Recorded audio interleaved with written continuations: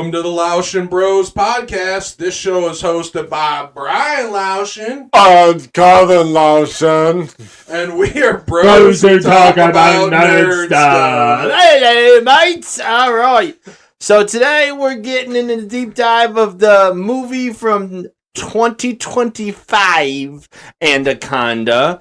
And I will keep this relatively brief compared to some of my other ones. It's basically a down-on-the-luck actor fabricates a story to con his friend group and to go out and do a reboot of Anaconda, which is a movie about a kind of group of scientists trying to find Amazonians and then get terrorized by a large snake.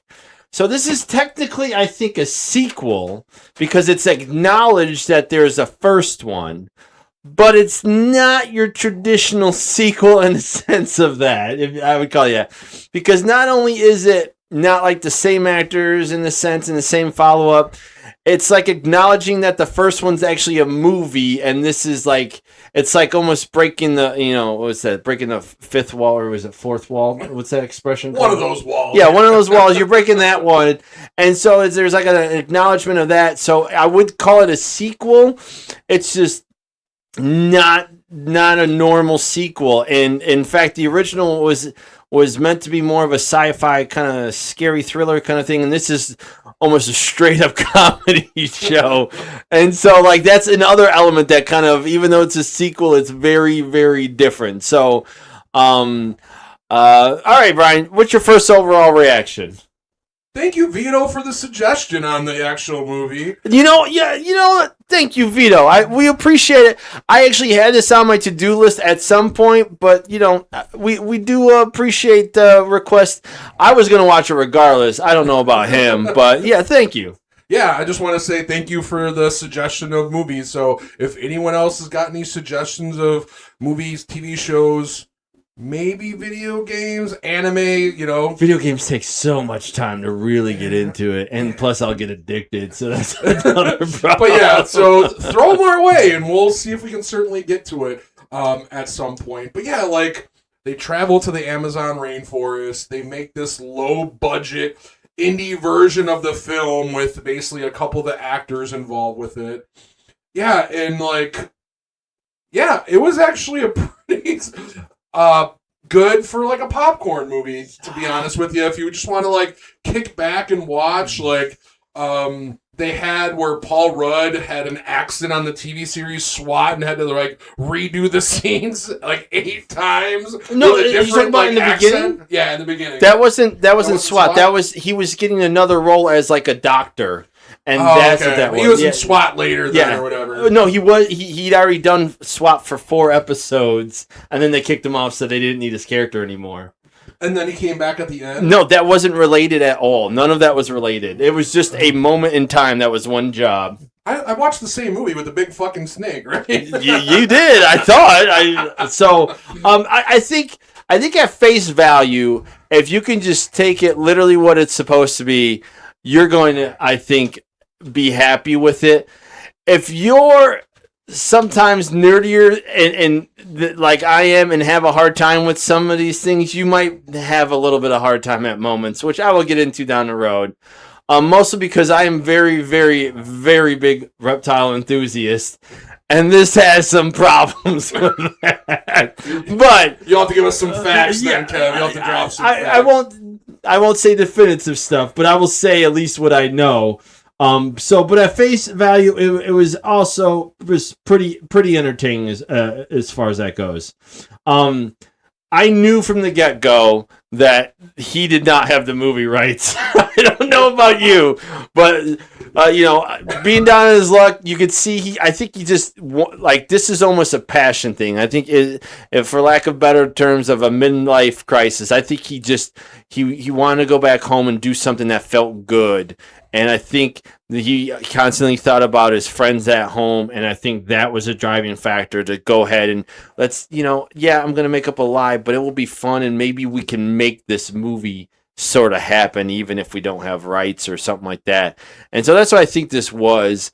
And so I think a lot of people might be able to have some kind of connecting feelings towards that, because, a lot of us, as you get older, you don't. Most people, I believe, most people don't do what they wanted to when they were younger. I think their life just goes in a different direction, and you just kind of run with it, and that's what you have to do because that's kind of like survival. I think there's a lot shorter list of people who actually like, I've always wanted to do this, and I got into it, and I'm going to go ahead and do it. I know mine didn't go the way I thought it was going to go, but that doesn't mean I'm not happy because I am quite happy. So but I think it's just that was a moment where I'm like, this guy's trying to live his midlife crisis. That's kind of how I saw it. Yeah, for sure. Which, again, you kind of had the perfect segue about connecting with your old friends, Kev. So what was your thoughts on the Quatch?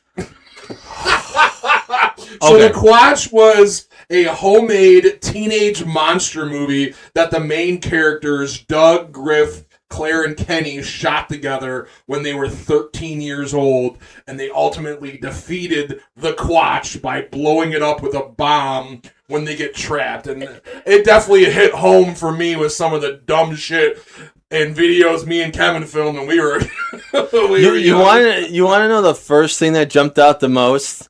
They did exactly how I felt. They said the fuck word so many times. Because you're like that, like 12, 13-year-old kid. You're like, oh, this fucking shit fucking funny. Like, you're saying as much as you can. And I'm like, that was right here. I'm like, I remember that. We said it all the time. Just because it was like a status thing. They lived that word, and I loved it. That stood out so hard to me. The most. I don't know. He was like supposed to be Sasquatch, but like maybe a troll hermit, midget or something. I don't know. Like he was just weird, and I'm like, how is this thing even threatening? It didn't seem scary. I think it was just a bunch of kids making a thing. So, at that point, it was just a way of like I think pulling everybody, especially Jack Black's character, into hey, let's go film this thing. The other people essentially didn't have shit going on in their life. So Jack Black was like, dude, yeah, but you're gonna regret never have doing something exciting once you become, that like real into adulthood and whatnot. And I think that was like he eventually thought about it. It's like, yeah, I can always live this sort of what was it called, like a B grade lifestyle or C. Well, it was actually more Paul Rudd's character didn't have anything to do, and he was trying to pull Jack Black's character because he was obviously trying to do the movie business for wedding videos and stuff, and this old monster movie lit that creative spark and juices. That's what I meant. Like he's trying to pull him in with some of his selling point, getting the other two friends on board, and I think that's where Jack Black he's like, no, but he's like, what else am I ever gonna do? So it's like if I don't do it now, I'm never gonna do it, and I think that eventually kind of took over for him. It's like, look, this could be the only time I ever do it, so you just might as well live your life in a sense. And the fact that his wife was extremely supportive, like that was, I think, to help push him over because he's probably was thinking, well, no, she won't go for it, and blah blah blah. And that's very understandable being in any relationship ever. So I think that was kind of, the last moment where he's like, all right, let's go fucking do this thing. I actually learned what Buffalo Sober was. Did you know what that meant? I heard of it, but I didn't know what it was, and it made me laugh a lot. For anyone unaware, it's Buffalo Sober. You can only drink beer and wine and some lighter liquors. But you can't drink any hard liquor. No hard liquor. And you know what? That is so Buffalo. Just from anything I know, it fits the T, and I love it. So I think they really played that up pretty good. There was a lot of funny things. Like I said, this was mostly comedy. There was a lot of funny things. We need to add a headbutt scene. Well, hold on. Don't get too far ahead yet. Oh, yeah, we'll get into that. But no, like, when they were talking about, okay, all right, let's devise a plan. We need this, this, and this. We're going to need, what is it, like $3.9 million or something like that. And, like, we'll give you, like, 6,000. They secure a loan. And you're like, okay, we got a budget cut, 43,000. Like I said, low budget film. I thought that was amazing how they just low budget cut it. That had me dying hilariously. Now there are some things where it's like they meant to make it funny, but then they tried to tie in a little bit of like realism, almost like the main characters aren't aware of the real action going on. They're just whatever. So part of what also is going on is once they eventually decide to go forward with the movie, it's like they go down there and they get in the middle of basically a people are stealing. Is it the gold? Right? It's the gold out of the Amazon. Mining the gold out of the Amazon, and it's causing a ruckus with the wildlife and kind of ruining things. So it's actually a legit thing. But in the process, this woman is there, and you don't know exactly her role, but she looks like she's hiding from some bad men. It's kind of set up in the beginning as far as that goes, and it's like you see her just sitting at the bar. The guy, which you learn ends up being like an agent or some sort of cop, and he never even looks to the right of where she is, and she conveniently get the keys. And maybe I don't know if that was supposed to be funny. This is like, all right, that's like very unbelievable. I don't know, but it's kind of like you weren't expecting top tier acting with this, nor were you expecting the flawless script that you were gonna get in decision making. But that was still like, all right, I thought that could have been done a little better myself. But it is what it is. So yeah, she goes and gets in the boat. That boat, holy cow! I want that boat.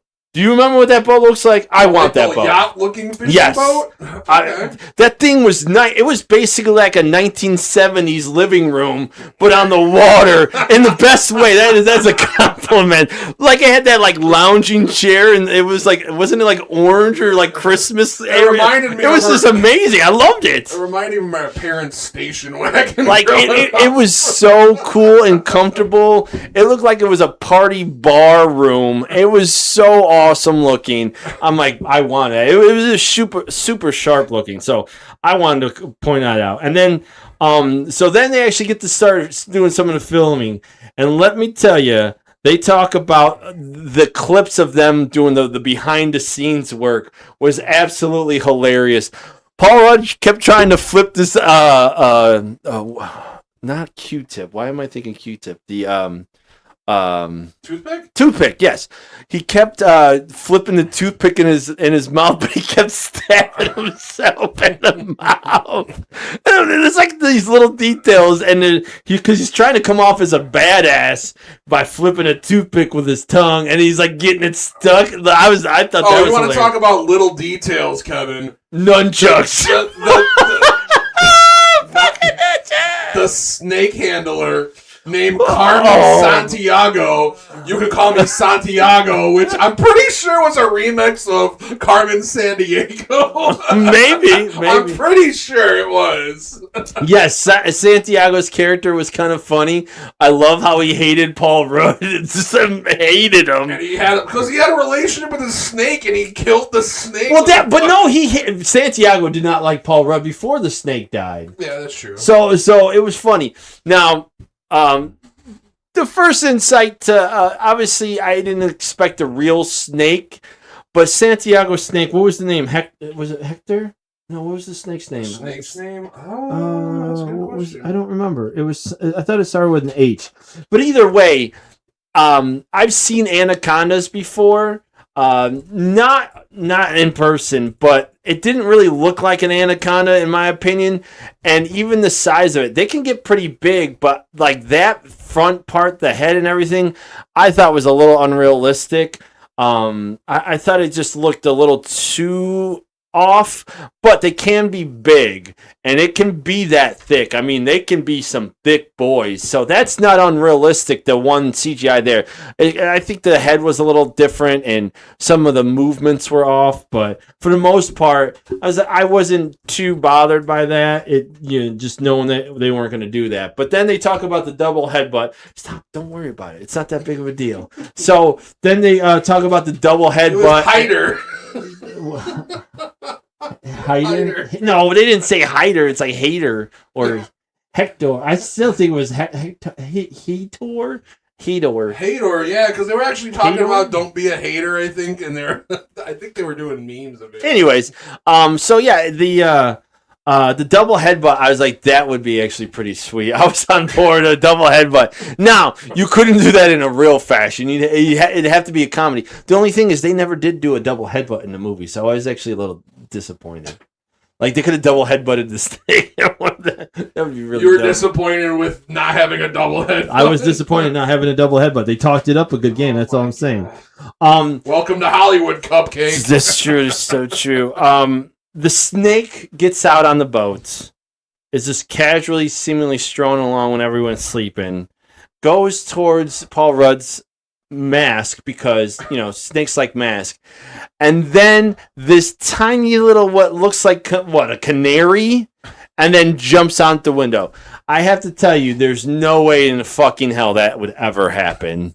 Never. That thing is too small. That's like eating one French fry and saying you're fucking full. Get the fuck out. No way. That does not happen. Like, it'd have to have been starved when this giant red heat mask, if you consider it to being the size of a face, that's right up its ballpark about the size of food it's trying to eat. No way it's like, this delicious steak or one French fry, beam, out the window. Like, that was just a bad premise. But they weren't going for people that are really into reptiles, clearly, and that's fine. You're But not the target audience, Kevin. well, maybe I am because I'm an idiot. But at the same time, like that was a little like, all right, now I'm not buying that one. But still, nonetheless, like the snake is out and like freaking out about it. I'm like, whatever. But all right, Kevin. What about the urinary scene, the urinary stage fright? Like, whiz on you're me. way down the road. Hold off, slow the roll. I got so many other my tidbits God. I got. All right, okay, I'll let you catch up. All right. So,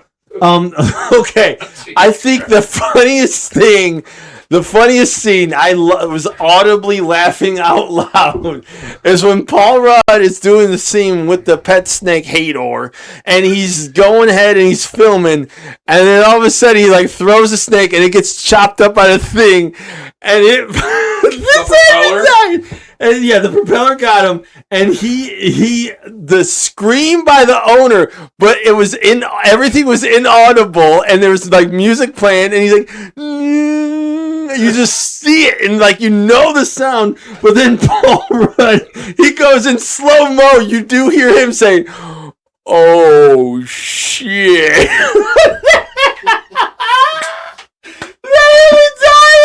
I was dead dude. I was laughing so loud. It was awesome. Like, that scene alone made me very, very. Did you watch this movie by yourself, Kevin? Yes, I did. Okay. But I'd laugh. I wouldn't give a shit. I'm all about that life. So that was probably my favorite comedy scene of the whole thing. That took the shit. It's okay. And then the bonfire for the snake afterwards. I don't even remember that. Yeah, they had a bonfire funeral for the snake after that. Yeah, and I'm trying to remember the scene. And they were trying to, and Paul Rudd's character was trying to talk to the snake handler guy, and he's like, "No, don't talk to me. I'm mad at you." Yeah, I remember that. But When yeah, he tries to make peace with him and he gets in the beers. And yeah, it stuff. was like right before that. I don't remember the fire. I don't know why. That's Yeah, weird. it was a little snake funeral. So there was that one cop guy following him with the boat, and yet, like, he's like, "Oh, I hear something."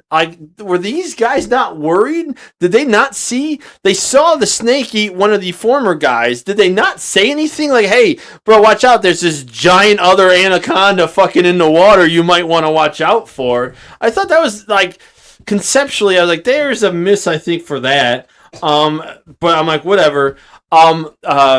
Moving forward, there was where am I? There's another reboot that was going on, and I thought that was fucking hilarious. And that's when the shit starts hitting the fan and everything goes off. I thought you secured the rights, Kevin. Dude, I knew that was gonna happen. I didn't know it was gonna be like. I knew he was going to get caught up in lie because, like I said, his story wasn't believable. He said, "Oh yeah, I just ran into her and she just liked me so much from Swash. She gave me the rights for no reason." I'm like, "Get the fuck out of here!" Yeah, No. and then they're filming another fucking Anaconda, sequel, And it's a giant boat. And then 10 minutes later, they fucking roll up and they're all dead. yes, that was crazy. What's happening? Okay. When another funny scene I liked a lot was when he Paul Rudd's gone away from it and he sees the boat and the boat's destroyed and he's looking for it and he sees the girl and he's like help and he's like oh yeah come here but what happens is she gets eaten and then he's like oh shit and he starts just going in fucking circles. That had me going pretty good. Yeah, his character's name is Griff. Ronald Griffin Jr. So one happens when the snake gets eaten or gets chopped up, and they go looking for a new one because they made up and everything. This is one of the quotes I have. So Paul Rudd's following Santiago, and then he gets distracted. You see something in the water. Santiago keeps walking, and then you see Paul Rudd go, Santiago. Nope. And he fucking takes off and he goes back to the boat. And I'm like, I feel like there's a lot more people that'd be like, no, fuck that. I'm out. Like that, like in the Amazon, yeah, I think that's happening. I wouldn't have even got out of that boat in the first I think he's like, come on, let's go get us a snake. What do you mean? Let's just go get us a snake. Like, I like snakes and I know better than just fucking get up and go in the middle of nowhere. I would be very hesitant to do that. So I thought that was pretty funny.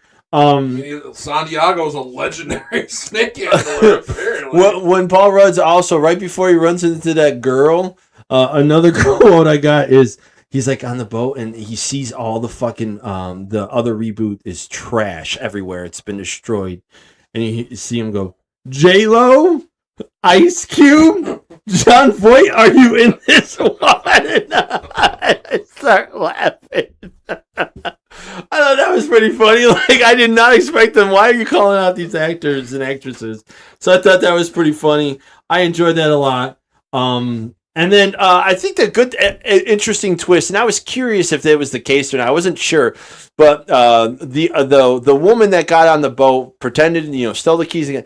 She actually ended up being the bad one, which is kind of part of the plot twist. And I actually thought that was a good.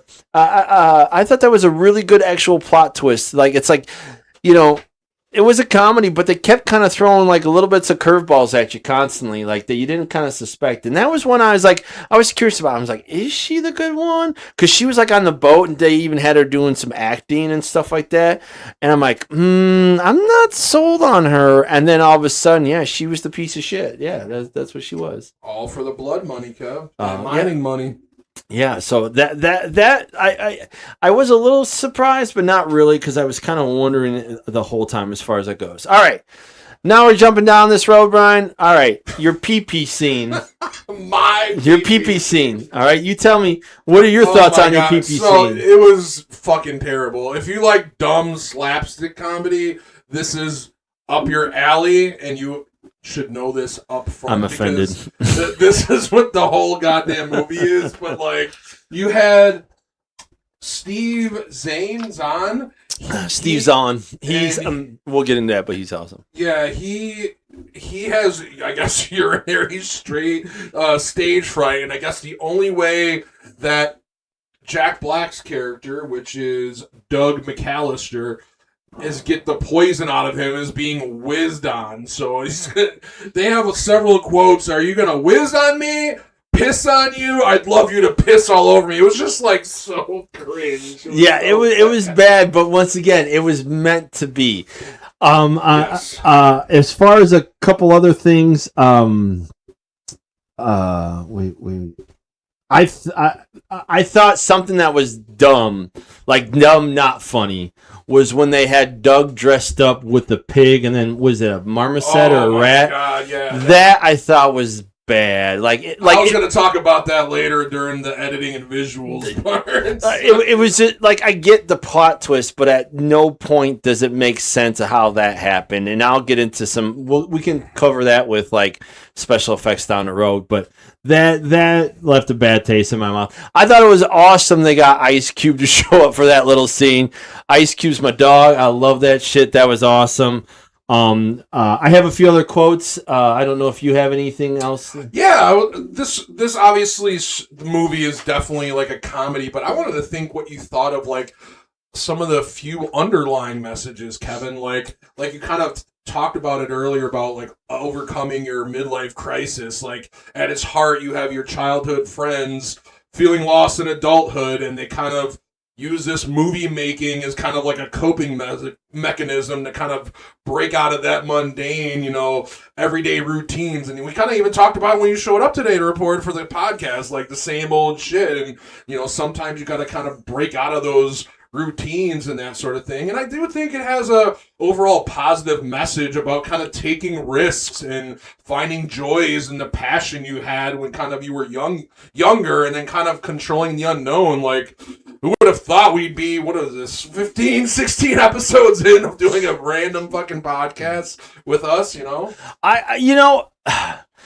I will say, I don't think their goal was to address any of that. I think a lot of it was just the setup for the story, to be honest with you. But if you can get past that, whether you want to argue it was meant for it or not, I think the stories and the plot lines of what it means is relatively resonates with me.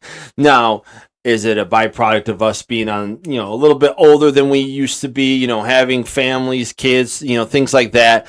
That is an element that maybe that's the case. Does this resonate the same with younger crowds? I don't know. I think Paul Rudd does inherently, and so does Jack Black. Paul Rudd's been Ant-Man, and he's been doing pretty famous gigs for a long time, and that's appealing to kids. So kids are probably going to follow his work. At the same time, Jack Black has done tons and tons of movies that kids follow and work. So that's an easy thing. So I think this is a movie, even though it might be more adult orientated because it is playing on a sequel to the original, which was more for adults. And knowing who the actors are, I think you could easily get kids to kind of dig into this because of the comedy. So I don't know that they're going to resonate with the themes, or the some of the kind of plots that we're seeing is like adults going through this, like we could in a form or fashion. But I think they would probably be all right with the comedy at the very least. So even though I don't know that I'd say it's for all ages, I'd say you could probably have a vast majority of people that would be entertained, in kind of both sexes. Yeah, because I think like even we talked about Kevin's favorite movie, the Borderlands movie, about don't you fucking do that to me. How my nephew had a different experience than we did. So I think to what your point is, like obviously with us being older, we kind of resonated the story in a different way than like a millennial or a younger person. Technically, we're millennial. Well, I am. So yeah, like what is it, Gen Z's and Y editions and X access, whatever the fuck they call these dumb shits. I don't know. The younger generations is what I'm going with. The 2000s kids and whatnot. Yeah, I think you get an early 20-year-old would probably at least be slightly moderately entertained by this. That would be a guess of mine. Kids half the time they can't do anything with the phone in their hand anyways. So I don't. My daughter watches movies with us, and half the time she's fucking on the phone the whole time too. I think they're just so used to having it and being like it's like they need to be overly stimulated in every facet at all times. It's kind of fucking weird. And I'm always like, yeah, put the shit down. Anyways, so as far as that goes, a couple quotes earlier in the movie when they first meet Santiago, and he's talking about his friend. Paul Rudd says this, and it made me laugh. He's like, "A tale as old as time, saved by a snake," and I died laughing because I'm like, snakes are like been known as the worst kind of animal in history. Literally, the Garden of Eden sets a very good stage that snakes have never been known as friendly in most society. People hate them. Medusa. Yeah, I mean, it is so many ways. So the fact that was used in a line, just that made me laugh. Santiago said, "May the sounds of the force be the music of your dreams." And then Zahn's character goes, "Man, he's a poet." And he died. I was like, it actually sounded sincere. Then he made a joke about it. I'm like, all right, that's good. one of the best lines of the movie. God. Dude, you could be the white Jordan Peele. I thought that was really good. I'm like, dude, that is hilarious. So, like, you could see elements of, like, that's not a knock on Jordan Peele at all. He's actually a phenomenal actor, even though he doesn't do much, and director. And I think he's producing as well, too. I just think that's just like a testament. Like, he acknowledges, like, he appreciates his work, but, like, when people try to put him up on this pedestal, even now, he's like, whoa, calm down. He knows he's early in his career, and I think he wants to just make sure he gets more things under his belt before people start putting him on a top tier list of, directors and producer kind of thing. So I think he's on his way. I think I've seen stuff he's done good work, but I just think it was funny just because, the white Jordan Peele, like, people don't normally say that, but I think that so they did a callback line, which I was think that was great, which was a callback to the Quatch. I don't know if you remember this at the end. So after they kill or right when they're about to kill the Anaconda, or right when they kill it, Paul Rudd goes, "Not on my watch, mister," and he shoots the thing and he does it. But then, like, that line was perfect. I love that. But then Jack Black's character goes, "And that's your rap on Snake." I thought that was the worst follow-up line in history. I'm like, it made me mad. I'm like, you had the perfect setup line with it, "Not on my watch, mister," and then you ruined it with "That's a rap on Snake." I hated it. I don't even fucking remember that. Yeah, it just stuck out to me. I was like, this is dumb. Why would you do that? It was perfect. Not on my watch, mister. Because the Quatch was hilariously bad. Like, you know what I mean? And you had that like it happened in real life, and it was perfect. So the fact that he did that, I was like, I was a little disappointed. So, well, my only quote I had was again from my skit, "Welcome to Hollywood, cupcakes." So. Don't whiz on me. No, he says whiz on me. That's right. So at this point, you want to go ahead and rate this one? Yeah, I'm ready to rate this one. all right. I would say as an overall story, I'm going slightly positive. Slightly positive for me, too. Slightly positive. I'll get into why it's only slightly positive a little later on some of the bad I didn't like. But the next part being the actors. So first and foremost, You got Doug McAllister as Jack Black and Ronald Griffin Jr. as Paul Rudd. Perfect characters. Perfect characters for what they were supposed to be. Jack Black, the father, getting out. Paul Rudd, the actor. I think you're going with a kind of a dry comedy, and these guys do various forms of comedy very well. Paul Rudd is, to me, one of the best kind of skit kind of like acting. He's not really a stand-up comic, but he's a comedic actor, and I think he's one of the best out there. I've loved him for decades, so I think both of them did super well. I agree. Jack Black and Paul Rudd just had really good on-screen chemistry. Like, they're both comedians, so I think they could have improv'd and kind of done it well. But yeah, I bet they did. Their chemistry did. I'm sure their chemistry was on point. Like the outtakes of that, oh my god, I would pay to see that. Like the outtakes of that would probably have been hilarious. The nunchucks, fucking like why? you had Kenny Trent with Steve Zahn. Steve Zahn, I think he's underrated, and he has been for a long time. He usually plays kind of a goofy character now, but I've seen him do some serious roles. He's a really good actor. He just plays a goofy guy. He's almost typecasted as being that, because that's what he does. He's an awesome actor. I agree. I haven't seen a lot of his work, Kevin, and you are right. He is kind of typecasted to that goofy character. I didn't care for him too much in this. I really didn't. But, I mean, again, that whole typecast for that, as far as him being this drunk character, always high, like fucking shit up, sorry, like, I don't know. That's kind of what he's done. Claire Sims was played by I don't know how to say her name. Thandaway Newton. Thandaway Newton. Thandaway Newton as Newton. Claire Simmons, Doug and Grif's friend. I liked her. She was fine. I think fine. she fit the role. I've seen her a little bit. She was a solid actress. As far as that, the Anna character and Santiago characters, they were really well done. There were some other characters more minor. I didn't, they were fine. They did their job well. I thought Ice Cube was doing Ice Cube things. I love that. Himself. Yeah, I mean that it was great because he's playing himself, but post the first movie. That's why it's like a sequel, but it's like not a normal sequel. So that's why it was super fun to see. Even J-Lo made a cameo, which was pretty awesome. I disagree. I fucking hate J-Lo. She's overrated as shit and has been her whole life. I'm sorry. She is not a good actress. She's not a good singer. She hasn't been. The only thing she did is back in the day, she fucking shook her ass on fucking In Living Color, and that was fucking it. And it's been, people just been eating her up, and I'm like, why? I'm sorry. I've just never been that fan. Not to mention in real life, she's a fucking cunt. Yeah, I said it. So many stories are out there. Enjoy. Take all of that out of it. The fact that she just reprised, obviously, is reprising the role. Well, that's what I'm talking about. I thought that was good. John Voight would have been better. I didn't have any issues with casting, so it made sense. I just fucking hate her. So there's that. So I'm gonna leave that up.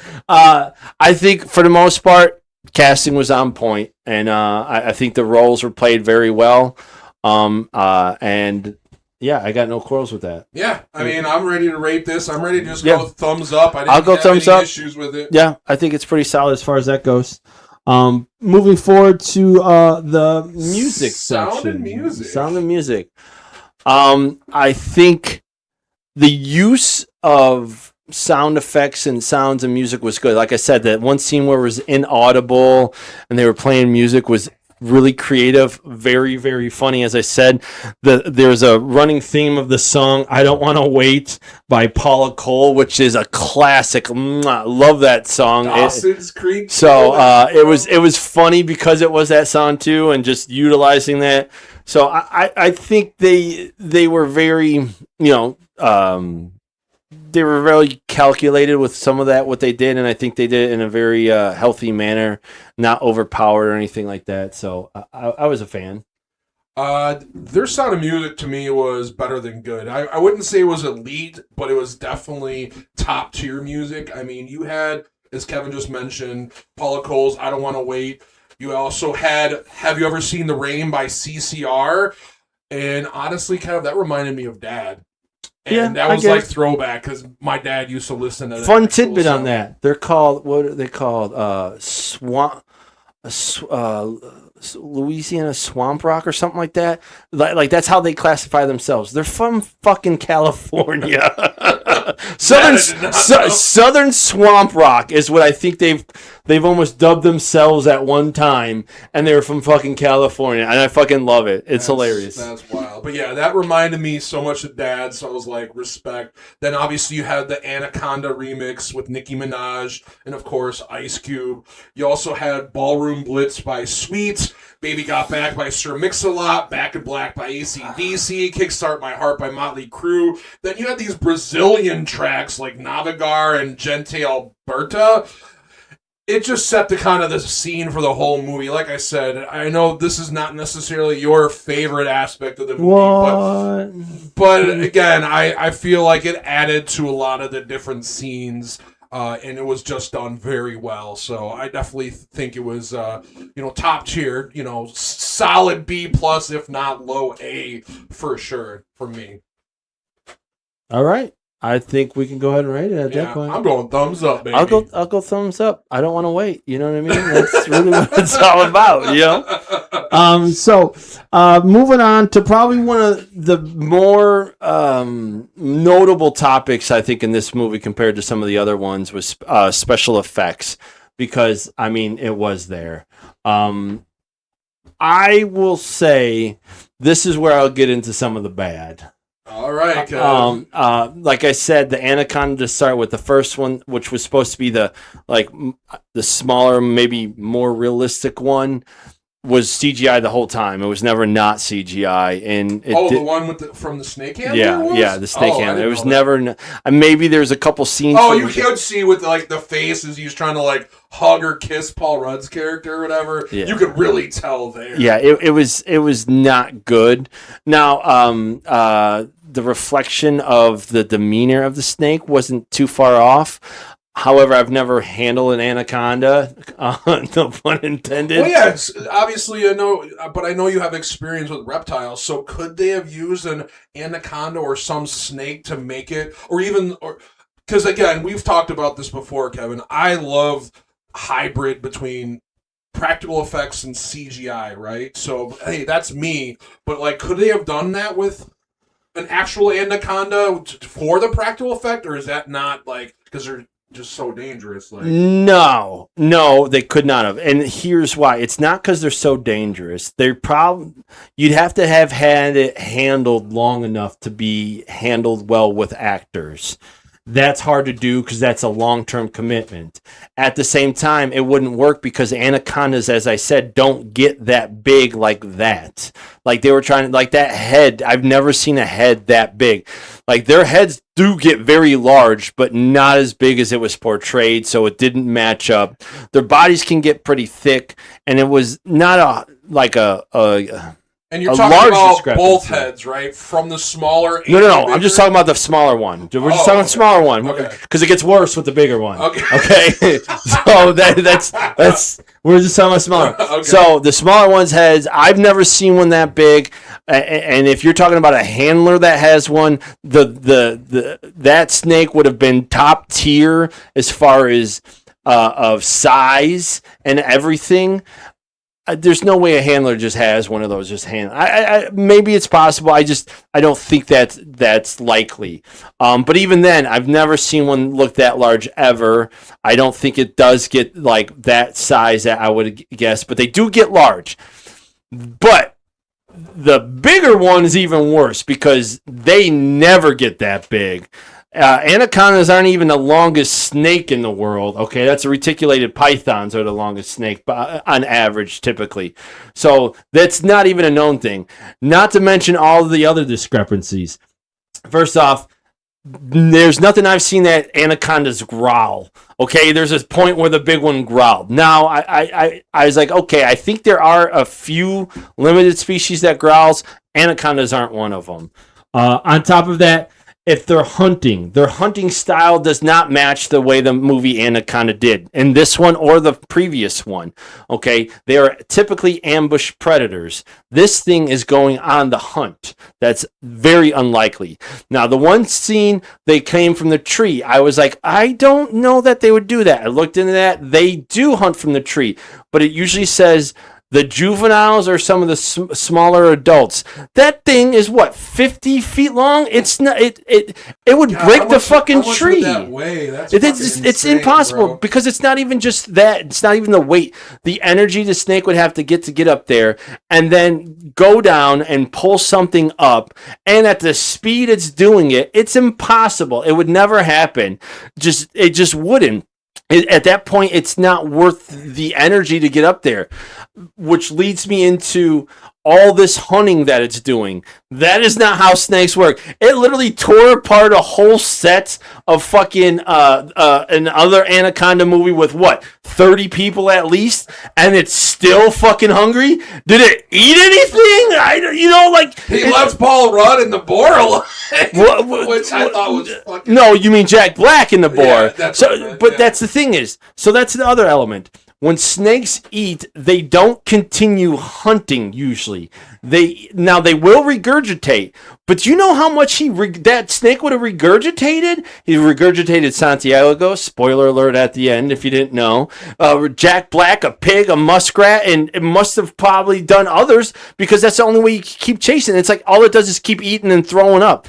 That doesn't happen. It's stupid. Like now, once again, I'm not talking at face value. I'm talking more of a snake person. So that's why I can compartmentalize and acknowledge I enjoyed what I saw, but realize this is trash ass as far as like trying to be more realistic as far as that goes, but it's not doing it for this version of me. It's doing for the other version, right? So it's a comedy, but you're talking about the practicality and realism aspect of it? Yes. When hunting, okay, this is something, first off, you saw it slithering. Once again, it's not on the ground hunting like that because it can't move that fast, that fucking big, and it's in the waters. It's a water ambush predator. It doesn't go on land typically like that. I'm not saying it won't ever, but it sits in muddy waters and waits for stuff to come to it. That's how they tend to work. And so even if it's on land chasing something, it literally was chasing the guys on the cart, went around, and then tried getting back at path. There's no fucking way an animal is chasing food and like, you know what, I know what to do, go around. No, they don't think like that. That is asinine. Like, you watch any big predator, they're not thinking, oh, what's the shortcut and go around. That is a human adaptation, maybe a primate. Like, we are smart to know, hey, I can shortcut this, do this. They see the prey in front of them. They're not trying to do something different and lose track of it. They're just dead on it. So that would not happen. None of that chase scene would happen at all in the slightest. And this would only come from someone that has experience or knows how reptiles and snakes work, because I don't know how they fucking are like but that. But again, with your background, or someone that's a reptile enthusiast would know like these things were. But if you're just casually watching this and don't know any of that shit, then you're gonna be like, oh, that's kind of cool. Yeah, it's like I mean, I'm not saying there isn't exceptions in every case, but you're talking about exception for everything with this snake. I'd call bullshit. It's not happening. It just doesn't. And so that part of me is mad. But at the same time, as I said, for a casual fan with limited information about a snake, if you've ever seen a garter snake go and just fucking dash quick, you're like, oh, snakes can move that fast. Yeah, snakes that are like a foot fucking long and, no bigger than my fucking pinky, yeah, they can move that fast. You add more weight, that don't happen, okay? It just doesn't. They don't hunt the same way. Think the crocodiles. There's the 25-foot crocs. Like, these are the man-hunting crocodiles. Do you know why they hunt humans? Because they're too fucking slow to hunt other animals. Period. That is why it's happening. They can't keep up with the speed of the other ones. The bigger they fucking get, the slower they are. There's nothing really in this world that the bigger they get, the faster they get. It's not really how this world works. It's normal physics. And to go that fast, that long, it just doesn't work at all. So people, they're honing in on a sense that people may have seen a snake move fast, but they don't realize that big snakes don't move that fast. There's not one, not even the striking speed. I have a question. I have a question about this then. So you kind of talked about the regurgitation and that sort of thing. So I really hated the scene with the squirrel in Jack Black's mouth with the fucking boar tied to him. Terrible. I thought that was really done. The CGI from the boar looked really fucking terrible. Yes. So, like, in the realistic space, was the snake just not hungry and did not eat them? Or were they regurgitated? Because it seemed like it was the first, not the latter, in regards to that, but, like, maybe he wanted a snack fucking later. I don't know, bro. Snakes don't hold on to... They don't store food for later like that. When they get a meal, they finish that meal. The only reason why snakes typically are going to regurgitate is because they're interrupted in the process. It's kind of like that age-old, don't go swimming after eating for at least 30 minutes, right? You've heard that maybe at some point. It's kind of the same adage here. They don't want to be disturbed. When my snake would eat, I wouldn't disturb it. Like, even if I wanted to hold the snake, I wouldn't get her out for at least a day. That's probably not needed that long, but I didn't want her to regurgitate. And I think she only did one time did ever regurgitate, and that shit was gross. It is fucking gross.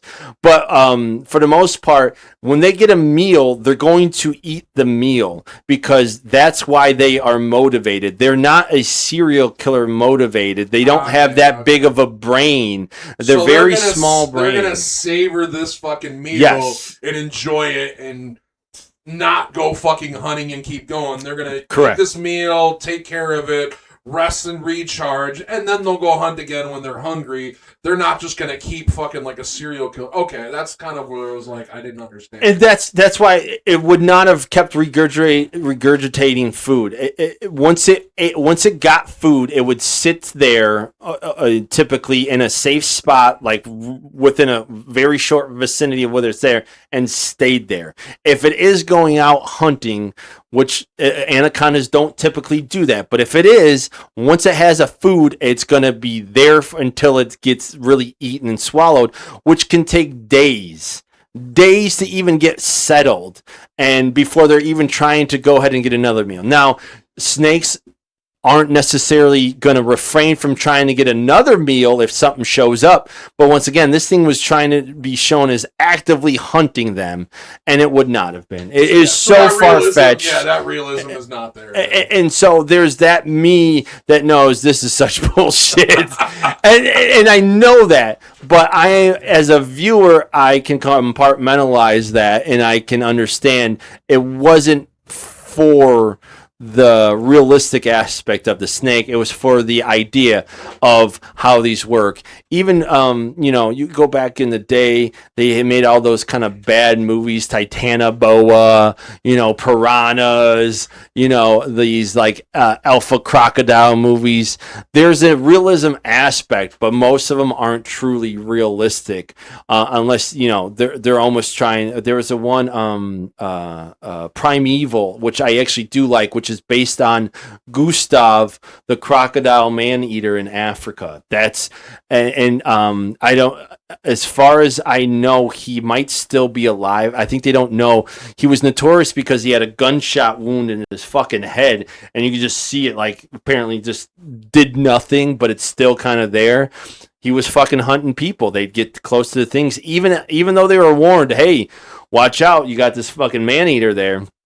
People would still go and he'd fucking get him because he was too slow to get the fucking buffalo and bigger animals that would get away from him. So that's what happens. So if you're talking about anything this big of a snake, it is not going to be fast. Now, striking distance, part of the food chain. That's the thing, is there's striking distance though. So there are even a big snake. Think about the first. Proportionately the first 10 to 20% of it, where the snake actually strikes out and grabs. All right, that's kind of like the head, neck, and maybe shoulder area of the snake. Think of it in that terms. That can be still very fast, even a big snake. All right, because they have to get that fast. But most of the movement, as far as chasing would occur, would basically be more the actual body, and that's not moving that fast to chase that. They just don't. I mean, you look at some sidewinders, some of those move pretty freaking fast, but once again, that snake's like 3-4 fucking feet long. This thing is supposed to be projected at least 40 to 50, I would imagine. It's not happening. It just doesn't happen. And they just play on the idea that most of the audience doesn't know or doesn't care. And in this case, I know, but I'm not going to let it ruin the experience for me. You know what ruined the experience for me, Kevin? The last visual effect in the movie of stabbing him with a fucking trophy at the end. I thought that was so fucking stupid. I think, okay, so this was but I think if I recall, right, this is the tidbit about that. The head was cut off, and he stabbed the head with the trophy, if I recall correctly. So that's something that people don't understand. That actually was realistic, and that's the crazy part is, so a head of a snake can be chopped off, and both the head and the tail will still keep, it's actually the body and the tail will still keep moving. And the reason why that happens is reptiles are cold-blooded and have a slower metabolism. Okay, that means that anything that happens is going to take and hold a longer effect as far as that goes. I worked at a vet clinic, and I found this turtle that was mostly smashed in its shell, unfortunately, and there really was no rehabbing it. So the thought process was to just put it down, euthanize it as peacefully as it could be. in the process, basically, you give this solution, but it can take over an hour. I don't know if anyone knows of what it's like to put down a dog or a cat, but putting down a reptile is extensive because they take so long to metabolize it. Usually, if they're giving like a some sort of painkiller or just sedative to lighten them and calm them down, usually that can happen within 5-10 minutes, and then they'll give the euthanasia solution, and then the animal passes away in like literally 15 seconds. It can be that quick because it pumps the blood that quick through the body. That's not what reptiles do. So you can actually see videos out there where snakes' heads will still move and their bodies will still move even though the snake is decapitated. So that is actually ironically, one of the realistic parts of that. So wow. I'm not saying you needed to stab them with the trophy there, but that would have been more realistic in the sense of it's kind of crazy that stuff does happen. All right, you have any other points, Kev, or you want to wrap this up? Let's go ahead and wrap this up. All right, so as far as special effects and visuals and editing, what do we want to rate this, Kev? I think it might be a little obvious for me. If you don't, I think the biggest part is the snake, right? There's supposed to be the snake, even though there's other stuff. But just because I'm still always going to feel a certain way about stuff that's so bad about my beloved reptiles. Yeah, I'm going. I gotta go down. I gotta go down.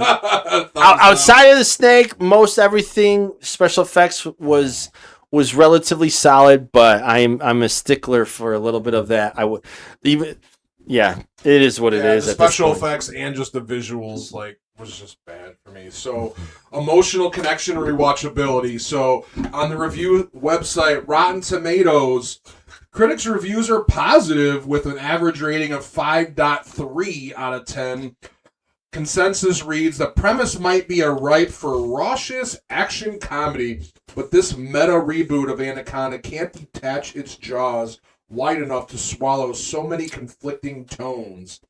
Metacritic, which uses a weighted average, gave the score a 43 out of 100, giving mixed or average reviews. Audience polled it by CinemaScore, gave it an average grade of a B on an A/F scale. Johnny Oliskinsky from the New York Post gave the film 3 stars out of 4 and wrote, whenever there's a lull here, a big laugh soon comes along with the force of a boa constrictor that conceals the flaws.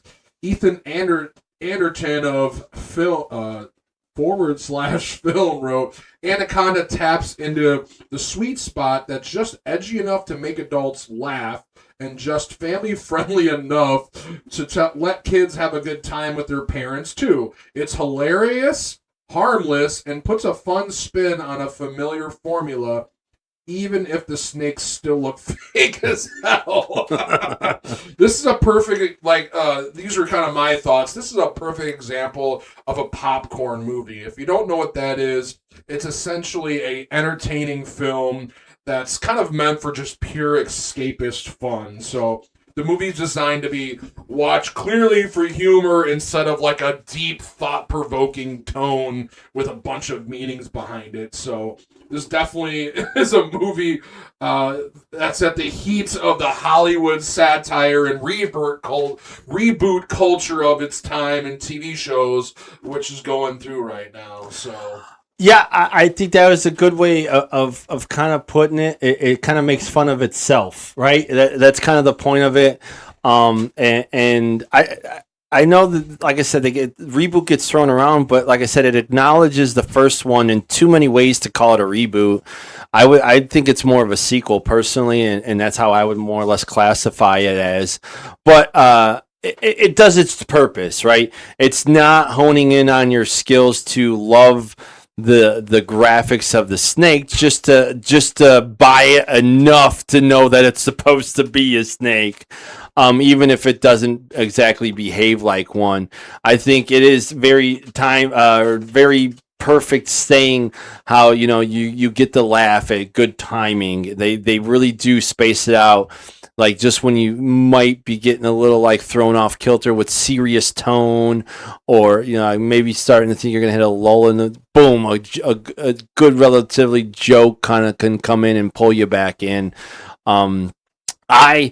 I love thought-provoking films, believe it or not, is as fucking caveman as I might appear and come off as. But I do love my dumb ass comedies, my just face value things. This is what this comes off as more. I think a lot of the critics are probably more, the fans are probably more spot on where you kind of see it as maybe a high C, B, low B kind of area. I think this is where it is. You wouldn't be totally upset if you watched it, unless you were a hardcore like herpetologist and you're like, no, that is fucking wrong, or something like that, and you can't get over some of the facts. I think you most people almost, as they one of the reviews says, almost family friendly, which in a way, like, you don't really see any deaths, not really. You don't really see any killing. Anybody that gets eaten comes back to life. Even Santiago shows back up. Well, adding to the, you don't regurgitate like that. I think Anna's the only one Anna and the two cops essentially are the only ones that like are seen that do not come back. And the whole cast of the well, you never see them go though. Like I meant the other characters you actually see go. So I think it's fine. I think people. I have a question for you, Kev. As you finish your thought, as far as the rewatchability, I don't remember seeing the first Anaconda. That's where I was going. So yeah, I wanted to ask about as far as your comparisons to the other one. I didn't watch the first one since like fucking 20 years ago. Okay. But I remember enough of it. I think idea-wise, tone-wise, it is dramatically different. It's like going from Leprechaun 1 to like Leprechaun 2 or 3. Like it is way, or like Tremors, the original, a little bit. Sequel. If you're a Supernatural fan out there, I did enjoy that. It's like going from season 1 to any other season after that. They changed the tone of it. And that's why it was interesting.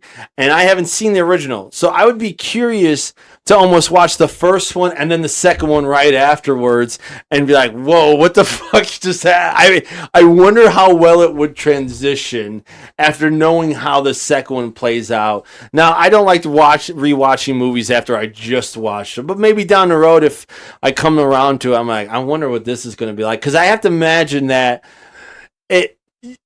you're going to get like fucking, split personality kind of like multiple personalities to go from like almost a serial thriller, sci-fi thriller to like a comedy.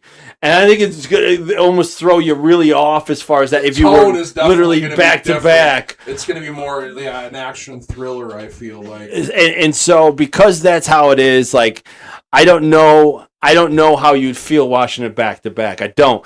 I think as a standalone, or at least, separated in time, I think it works. But I'm not always in the mood to watch, a comedy. I'm not always in the mood to watch, Donnie fucking Darko or something like that. I need to feel like in a certain mood of what I want to watch. That's how I am with music and with a lot of things. You're feeling a certain way, and you want to scratch that itch. You want to, feed that belly that is there. So those are two big extremes, especially even though they're very similar in idea. And I think you got to be in a certain way to go from one to the other, because it's not like it's the same actors. It's not like a normal sequel, So I think some of that rewatchability is to me, it's a yes, but it's how it's done. It might be questionable how you're going to do it. Because, like I said, I haven't seen the first one to know how it'd feel, even to go from one to the other. But I don't know if I'm doing that in one direct sitting right after the other. That might be hours later or a couple days later, even kind of thing. Because it would just be, I don't know. It would feel like it would be a little weird in transition. That's all.